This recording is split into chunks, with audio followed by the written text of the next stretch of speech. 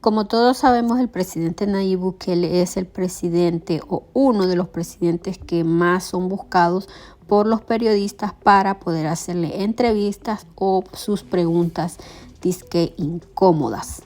Pero como siempre, el presidente Nayib Bukele le da su buena dosis a este periodista de la BBC de Londres que lo quiso entrevistar por medio de esta conferencia de prensa que él dio antes de las elecciones, que fueron este pasado febrero.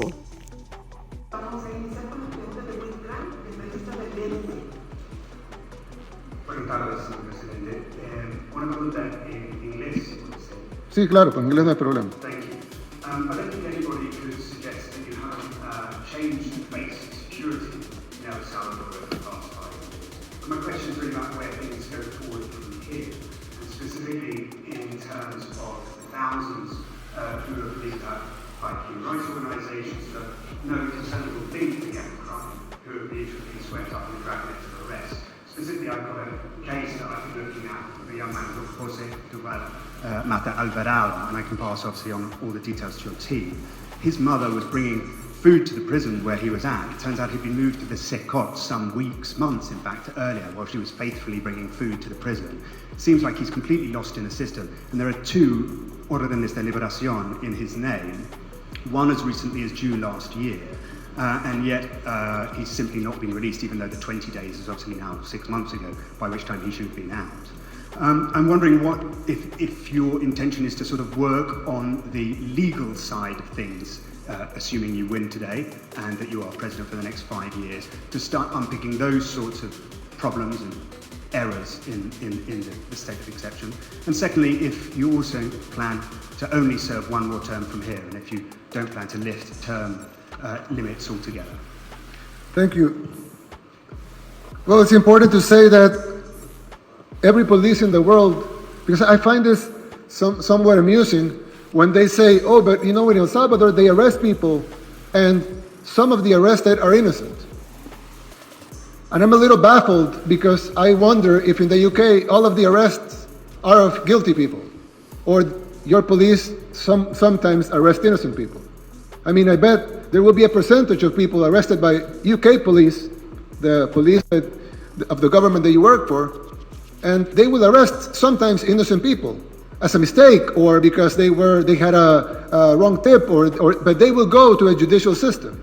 If there were no arrest of innocents if there was one police in the world, one police force, UK, Spain, France, you name it, any country, the US, Canada, any police force that has 0% of margin of error, they only arrest guilty people. Why will you need prosecutors or defense or a justice system? You won't need that because the police is perfect in your country. So every country in the world will have an imperfect police. Now, it is different when you have in countries that promote ethnic cleansing, for example, or they arrest political opponents, or they arrest a minority. But in our case, all of the arrests are made to end the bloodshed that we lived for decades, and we have ended it. Now, did our police make a couple of mistakes? Of course they did. That's why our judicial system has been freed innocent people, and they will free every innocent people that the police has wrongly arrested. And we have already freed 7,000 people. Now, I would assume that the criticism may come from a hypothetical country that doesn't have any arrest of innocents. But I'm sure that in the UK they do plenty of arrest of innocent people, and then they are proven innocent in court.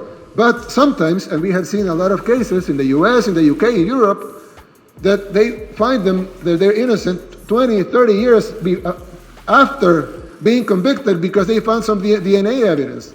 So what does that mean? That means that you shouldn't arrest criminals? No, it means that police made a mistake and some retributions have to be made to the people that have been arrested wrongfully.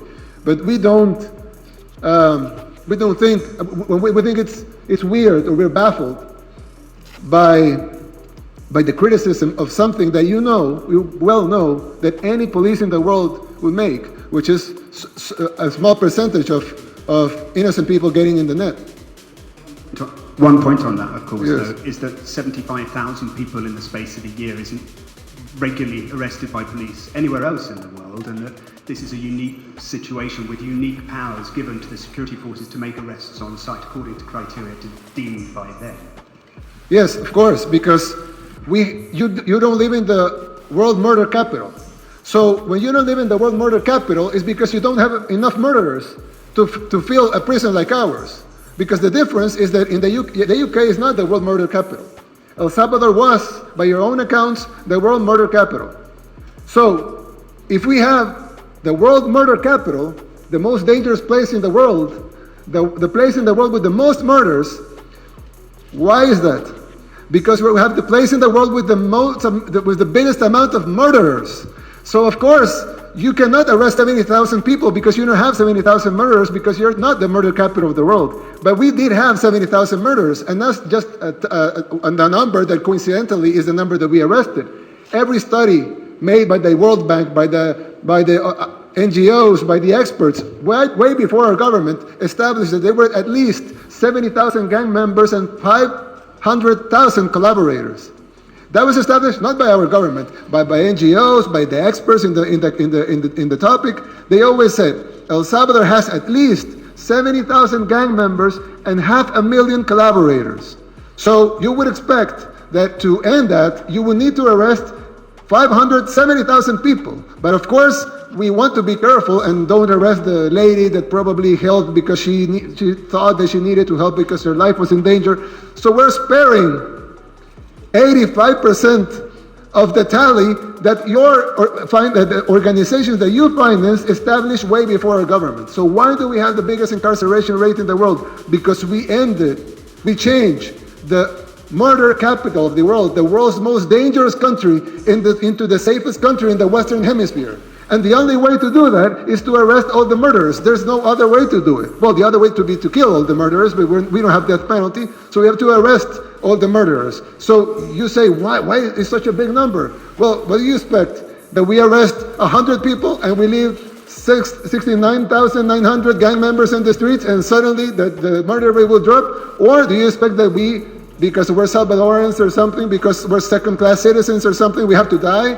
They have to kill our families, they have to kill our children, because your liberal ideas of what a democracy should be have to be respected, and since we're not using your recipe, then we have to be killed, we have to let our children be killed, we have to let the bloodshed to go on for 50 years because of imported policies from your countries, because your countries had lecturers in the 80s, the war. You had a fight with the Soviet Union, had nothing to do with us. What did you do? You financed El Salvador to fight a war between us, between brothers. And we killed each other, and 85,000 Salvadorans died. After that, 1 million displaced. They went to the US, into ghettos. They formed the gangs, then they deport the gangs. Gangs come here. You send us another recipe. Law to don't arrest minors. Okay, but all the gang members were minors at the time. So gangs grew, and then they terrorized the country. They started killing people, and we became the murder capital of the world. Nobody could solve it. We took the recipes from the OAS, we took the recipes from the UN, we took the recipes from the European Union, we took the recipes from the United States. None of the recipes worked. More bloodshed, more people were dying. So what do? Okay, we do something and we save people, and now we're the safest country in the Western Hemisphere. But suddenly something's bad. Oh, but you shouldn't do that. You should do what I think you should do. Why? Not only we have the right to do what we think is right, and what the Salvadoran people are going to decide whether or not they want this day in free elections, but also we've proven it works. And you haven't proven that your system works in our country. Might work in yours, I don't know. But it doesn't work in ours. It's like I told one time a member of the European Union, I know you Brexited that, but I told a member of the European Union, you take your best government. Choose your best government. I don't know what's the best government in Europe, but you choose your best government. Same people, same talent, same experts, same will to do things the right way. You take your best government and you put him to govern Afghanistan and tell them, okay, you govern Afghanistan the same way you govern this European country. They'll be dead in a week because you cannot govern Afghanistan like you govern Europe. So stop trying to make us use your recipes because they don't work here. You have your own system. We don't tell you that you shouldn't have a monarchy. I mean, we're fine with your monarchy. We love your monarchy. It's fine. But we don't say, oh, you shouldn't have a monarchy and you shouldn't have hereditary titles. Why? Because it's your country. You can do whatever you want with it. But suddenly, we have to do what you want to do with our country.